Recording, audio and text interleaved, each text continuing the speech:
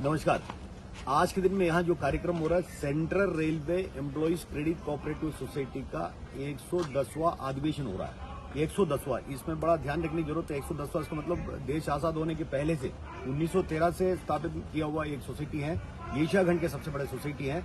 बड़े खुशी की बात यह है कि केवल महाराष्ट्र के अंदर नहीं, मल्टी स्टेट कोऑपरेटिव सोसाइटी के लोग के अनुसार चलने वाली एक सोसाइटी है। करीब 1,30,000 भागधारक वाली सोसाइटी है और इस सोसाइटी का विशेषता करीब 3,000 करोड़ से ज्यादा टर्नओवर वाली सोसाइटी है। ये सोसाइटी जितनी सुविधाएं दे रहा है तो हम लोग चैलेंज करके लोगों को कहता है कि भाई ये सोसाइटी जितनी कम इंटरेस्ट में 5.5% फ्लैट रेट इंटरेस्ट में जो लोन दिया जा रहा है, मुझे नहीं लगता कि दूसरी कोई सोसाइटी भारत के अंदर दिया होगा। हमको समझ में नहीं आता। और सबसे बड़ी खुशी की बात है क्योंकि आपको पता कि सोसाइटी के अंदर एशिया के अंदर और हमारी सोसाइटी के इतिहास में पहली बार जो मिस करुणा गायकवाड़ जी मेरे बगल में है, ये पहला महिला अध्यक्ष के रूप में हमारे सोसाइटी के अंदर राज कर रही है। और इनके राज में, इनकी सोसाइटी में अध्यक्ष में रह के ऐसे एक फैसला भी लिया गया, न इस सोसाइटी का पहले कभी कोई इस तरीके से निर्णय ले पाया, न बाद में कोई निर्णय ले पाएगा। उसकी कारण है जो सीएमटी जो डिविडेंड है, कोई भी मल्टी स्टेट कोऑपरेटिव सोसाइटी के बैलो के हिसाब से जो डिविडेंड है 20% के अधिक दिया नहीं जा सकता। हमारा सोसाइटी लगातार 19% 5 साल से दे रहा था। आज इनकी अध्यक्षता में ये फैसला लिया गया, हमारी सोसाइटी इस साल में 20% डिविडेंड देंगे। 20%। कहीं मुझे नहीं लगता कि हमारे देश के अंदर किसी ने 20% डिविडेंड दिया होगा, मुझे लगता नहीं। इसलिए मैंने कहा न पहले न बाद में कोई निर्णय ले नहीं पाएगा। दूसरे, हमारी सोसाइटी के अंदर एजीएम के अंदर ये चर्चा किया जाता है क्या सुधार किया जाना चाहिए, क्या अच्छे काम हमने किए हैं, ये सब हम लोग इसके अंदर लिया जाता है। तो पिछले समय में अभी आपको मालूम है कि करीब 19 लाख रुपए हम लोग मैक्सिमम लोन देने का काम करते हैं। उसको हम बढ़ाए जा सकते हैं, लेकिन हमारा जो लोन लेने वाला जो भागधारक है उनके पास रीपेइंग का कैपेसिटी है कि वो भी देखने की जरूरत है। अभी कुछ दिन पहले बहुत अच्छे निर्णय हम लोगों ने लिया था। हमारे देश के अंदर, हमारे जो रेल के अंदर काम करने वाले जो कर्मचारी हैं, खास करके जो ऑन ड्यूटी में जिसका मृत्यु होता है, ऑन ड्यूटी में अगर किसी का मृत्यु होता है, मैं आपको लेकिन मीडिया के माध्यम से भी कहना चाहता हूं, ऑन ड्यूटी की मृत्यु नहीं होना चाहिए। ऑन ड्यूटी में कोई इंजर्ड नहीं होना चाहिए। ये हम आपकी कर्तव्य है लोगों को समझाने की, कोई किसी की मृत्यु ना हो। लेकिन बाई चांस किसी की मृत्यु हो गई, कोई एक्सीडेंटल में मृत्यु हो गए, हमारे इसी बोर्ड ने, इसी सोसाइटी ने फैसला किया, उनका अगर 18 लाख भी लोन रहेगा, बिल्कुल हम लोग उसकी पूरी लोन को माफ कर देंगे। कोई लायबिलिटी उनको ऊपर रहेगा नहीं। साथ में हमारा जो साधारण भागधारकों का कभी भी कोई मृत्यु होता तो उनको 25,000 रुपये जो सोसाइटी देने का काम करते हैं, वो पूरा पैसा भी हम उनको देने का वादा हम लोगों ने किए।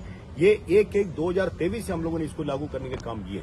दूसरी, हमारा सोसाइटी आपको मालूम है आजकल हम लोग बहुत सारे पुरस्कृत जो पढ़ने वाले बच्चे हैं उनको पुरस्कृत करने वाला काम जो हम लोग करते हैं, उसके अंदर हमेशा करीब हर साल में हम लोग 3 करोड़ रुपया खर्चा करते हैं। क्योंकि सारे मंडल मैंने जगह कहे कि कई हमारा मध्य रेल के अंदर नहीं, पुराना जो मध्य रेल है यानी कि आज की मध्य रेल यानी कि WCR के अंदर, हमारे NCR के अंदर यानी कि झांसी मंडल, आगरा मंडल, भोपाल मंडल, जबलपुर मंडल और कोंकण रेलवे के अंदर हमारी कारवार और रत्नागिरी रीजन, ये सारे के सारे हमारे सोसाइटी के अंदर आता है। तो हम लोग बिल्कुल जो पढ़ने वाले बच्चों को पहले 70% मार्क SSC और HSC में लिया जाना चाहिए था, तब हम लोग उसको पुरस्कृत करने का काम करते थे।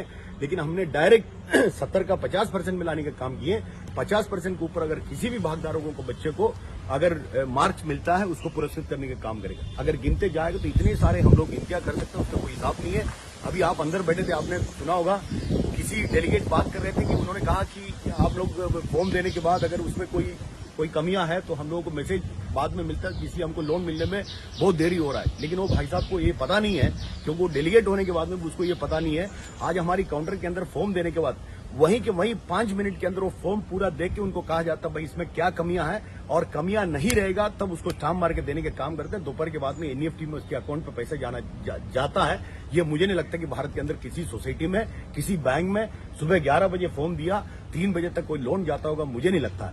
इसलिए हमको आपके माध्यम से ये बोलना बहुत जरूरी है। कहने के लिए बहुत सारे माध्यम है, बहुत सारे बातें कहने के लिए नहीं कहता हूं। सबसे खुशी की बात, महिला अध्यक्षा है, 20% डिविडेंड देने के काम किए, ऑन ड्यूटी डेथ की लोगों को हम लोगों ने माफ करने के काम किए। और हम लोगों का पूरा उद्देश्य वेलफेयर एक्टिविटीज, हमारा जो जनरल पर्पज फंड में से इतने सारे साधन हम रेल के कर्मचारियों को भले के लिए, अस्पताल के लिए, बाकी जगहों में देने के काम किए। आज भी वो देते रह रहा, मैं आपको कहता हूं। तो मुझे लगता है कि हिंदुस्तान के अंदर इतनी अच्छे ढंग से चलने वाली कोई सोसाइटी है, ऐसा मुझे लगता नहीं। इसलिए मुझे इससे अच्छा कोई माध्यम नहीं हो सकता लोगों को जानकारी देने के लिए। इसलिए लोगों को कर्जदार बनाने के लिए नहीं, लोगों को हम रिक्वेस्ट करेंगे भाई आप इसमें जुड़िए, क्योंकि सीएमटीडी के अंदर जो पैसा डाल रहा है उसको हम आज 8.5% दे रहा है। किसी बैंक फिक्स डिपॉजिट के अंदर भी इतनी पैसा नहीं दे रहा है। और हम लोगों ने सीएमटीडी के अंदर 5,000 रुपए का सीलिंग रखा हुआ है। 5,000 रुपए अगर कोई किसी को लोन की जरूरत नहीं है तो 5,000 रुपए उसमें डाल सकते हैं। एक बार लोन लेके उसको तो कम से कम 8.5% मिलेगा।